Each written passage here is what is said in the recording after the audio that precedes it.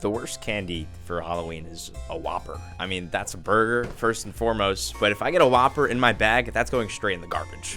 If I get an Almond Joy in my pillowcase, that thing's going straight in the garbage. They need to just eliminate candy corn. It's the worst thing ever made. We don't want to see it no more. It's awful. Halloween's a good holiday and all, but all peanut and tree nut candy has to go. I'm allergic. Anyone who likes having spikes between their teeth, love Butterfinger. Get him out of my bag. The worst candy is licorice. Just give me some chocolate. My least favorite candy, anything grape. Grape is awful. It tastes like expired candy. Get it out. Gonna have to agree with Ryan White. Licorice, 100%. Worst thing ever. Not candy corn number 2 though. So everybody that doesn't want their peanuts or doesn't want their candy corn, I'll take it because I eat all candy and I don't discriminate, and candy's amazing.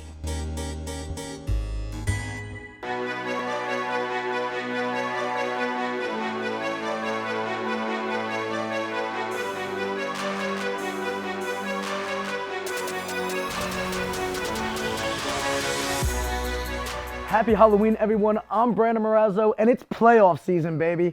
Volleyball is on the verge of playoffs with NJAC action coming down to the wire Tuesday night. The men's soccer team clinched the top spot in the NJAC with a 5-0 win over Rutgers Camden on the 21st, so they received a bye until the semifinals Wednesday. More on that later. But we start with women's soccer team, who already won in the quarterfinal matchup against Stockton in a thrilling overtime win. Montclair will be singing the praises of them for years to come. To get caught up, let's check in with Vincent Picone.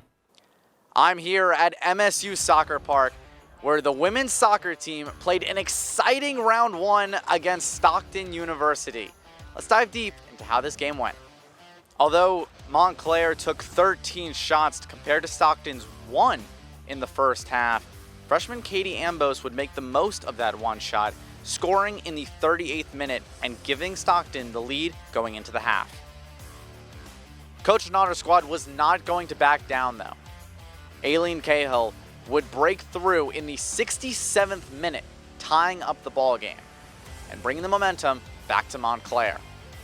Megan O'Callahan would later score in the 75th minute and give them the lead, 2-1.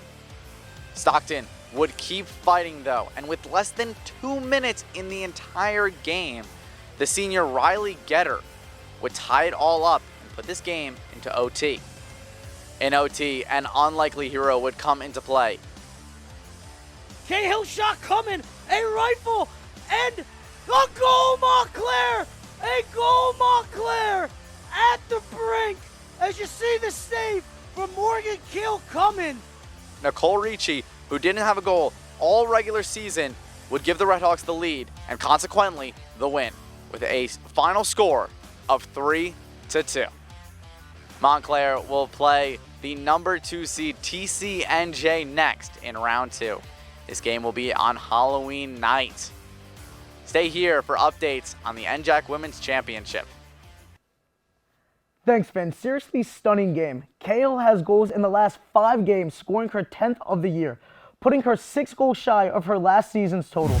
The score does not tell the full story of that game. Check out this shot chart.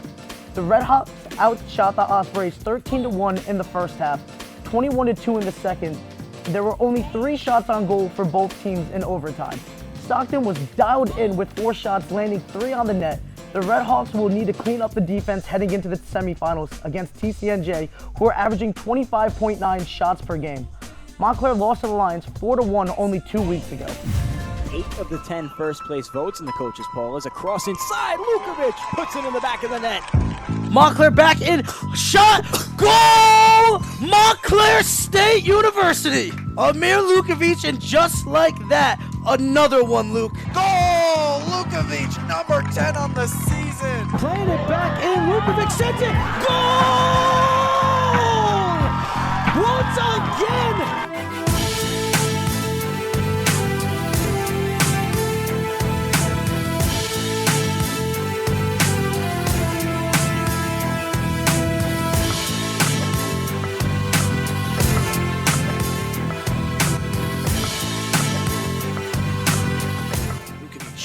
Left foot goes to the near side, and he got it. And it's 2-1 off the foot of Amir Lukovic, goal number 23.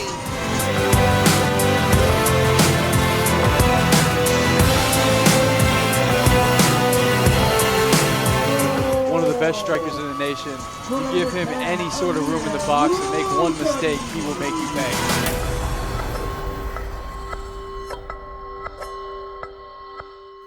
On Wednesday, the men will start their postseason campaign against number 4 Stockton, who beat Rutgers Newark 4-1. It will be a chilly night at Soccer Park, but the Redhawks are showing no signs of slowing down. Let's take you inside the numbers of their season. We start with the number 1.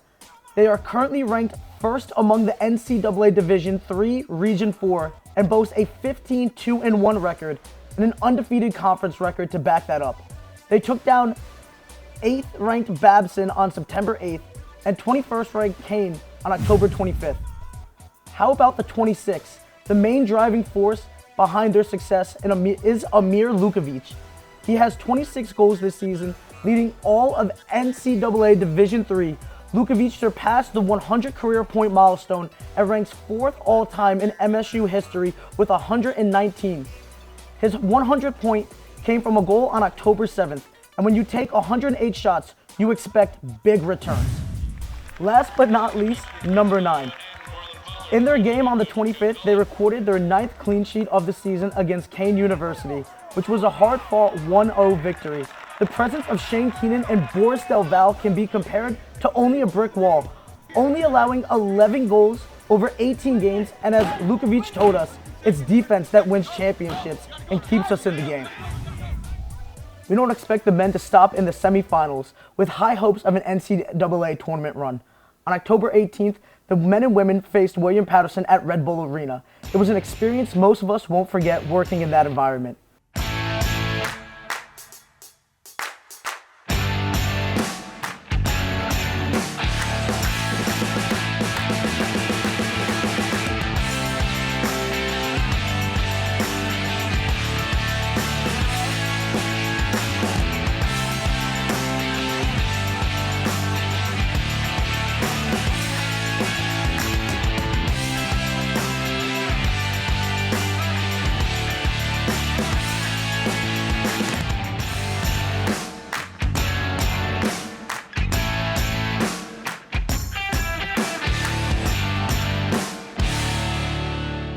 I'm joined now by someone who is usually behind the scenes directing the show, as well as many of our live games. Inside the Nest producer, Oscar Venegas. Oscar, how you doing today, bud? Doing great, man. Happy to be here. How are you? Chilling, man. Thanks for coming on first and foremost. Of course. I wanted to ask you, you're usually behind the scenes for our soccer games, and with both teams rolling, what's it like directing back there and producing these kind of games with such high talent? Oh, man, it's so it's so cool, Like, even though like I do it all the time for pretty much every single game, it's still so cool to like go out and like see what's going on with both soccer teams, and you never know what's gonna happen. Like for example, with the game against Stockton, it went to overtime. We weren't expecting that to happen. We were expecting it just to go the 90 minutes that it usually goes, but then it was a crazy game. 2-2. Montclair tied it up in the last few minutes, and then they scored that third goal in extra time and won the game. So it's really rewarding, honestly, in my opinion, and it's just super cool. Speaking of super cool, man, I know you got an internship off of campus. You actually work at Red Bull's Arena, man. Talk to us, what is your role there, and what's it like being in that kind of environment? Right, so I am a video intern for the New York Red Bulls, so I do all kind of like pre-production, pre-recorded production, so any kind of interviews with athletes. I also cut highlights for them as well during the games itself, so I'm paired with one of the camera guys. And what happens is, once one of our players scores a goal, I will take the card from a cameraman and I will put it into Premiere, cut up a clip, send it out for socials like Instagram, Twitter, whatever, all that stuff, So I do that, and then also I just edit any kind of videos. Like I just finished up doing a shoot for NJIT with one of our partners, Oanda. So they had an event there at NJIT, like a financial seminar. So I went there, shot some interviews, shot some B-roll, and cut up a recap, and yeah, send it out. So that's really what I do. Yeah, man, that sounds like a really cool experience. And speaking of cool experiences, both Montclair soccer teams got the chance to face William Patterson on the 18th at Red Bull's Arena, where they both took wins in their games. What was it like for you to be a part of another soccer game at Red Bull Arena, but this time from the student aspect with Montclair State? Right, so like I said, I don't do any kind of live production at Red Bull Arena. So I do live production here, right? So doing live production at Red Bull Arena with like both of the Montclair soccer teams, it was just such a cool experience. Even though I see that field every single week and I'm constantly there all the time, sometimes twice a week, even more sometimes, it's still so cool to go to that field. And just because I've seen it growing up and stuff, and it's so cool. And then just directing that whole broadcast at a stadium like Red Bull Arena, it's incredible and it's so rewarding to me, honestly. And on top of that, just seeing all the teams, like they come in and they win both of the games as well. That's the cherry on top, man. It's so cool, and I'm so grateful for the opportunity to be doing that. Oscar, thank you for joining us here today. Truly a pleasure. Moving away from all of the soccer action, let's take a look at how the other teams are doing and where they're headed. On the gridiron, Montclair State has amassed a record of 4-4 and 3-2 in the NJAC, including a whopping 42-7 victory over TCNJ at homecoming. Has pressure, six-man rush, throws it over the middle, it's intercepted off the hands of number 2, Jason Schmidt, and back the other way is Nick Burgess, to the 10, to the 5, and Burgess will score! Another defensive score for Montclair State within 2 minutes, and Burgess going all the way 49 yards. The Redhawks are in the running for an NJAC championship, and with just 2 games left in the season, they have a massive game against Christopher Newport coming up, with hopes of an NJAC title on the line. The Redhawks field hockey team did not have the best start to their season, but man did they finish strong, taking down Ramapo for their first NJAC win, and then finishing the year strong, beating the almighty TCNJ Lions in overtime. Michaelin with Racy, one-on-one. Goal! Sadie Eichlin ices it in overtime, and Montclair State beats the Lions for the first time since 2018. The Redhawks finished the season with a record of 8-10 and 2-3 in NJAC play, with a ton to grow on for the future and a strong finish. The Redhawks volleyball team has gone on an absolute tear in hopes of an NJAC playoff spot, winning 6 of their last 7 matches with an overall record of 14-12 and 3-5 in the NJAC. It's Carthage now. Curran gets it over, and that's the game! That's the game right there! Rachel Curran able to get that one over, and the Rutgers Camden Scarlet Raptors take the loss as the Redhawks win in 3 sets and take this third one 25-23, Matt Boucher. Montclair State's win streak continues, and a huge one against Rutgers Camden must win. For the NJAC tournament, the top 6 teams play, and Montclair State, currently 7th, still has a chance. Although they're 3-5 with no more NJAC games, they have the tiebreaker over Rutgers Camden, sitting at 3-4. If Rutgers Camden loses their last NJAC matchup, Montclair State will be in the tournament. Men's swimming and diving now has had a rough start, but did take down Vassar College 166-107. Still a ton of season left for them to go, and NJAC play begins in December. For women's swimming and diving, you couldn't be happier. Currently undefeated at 3-0, taking down Stevens, Drew, and Vassar. The Redhawks have beat every single team by at least 32 points and have their first NJAC matchup against Kane on November 11th.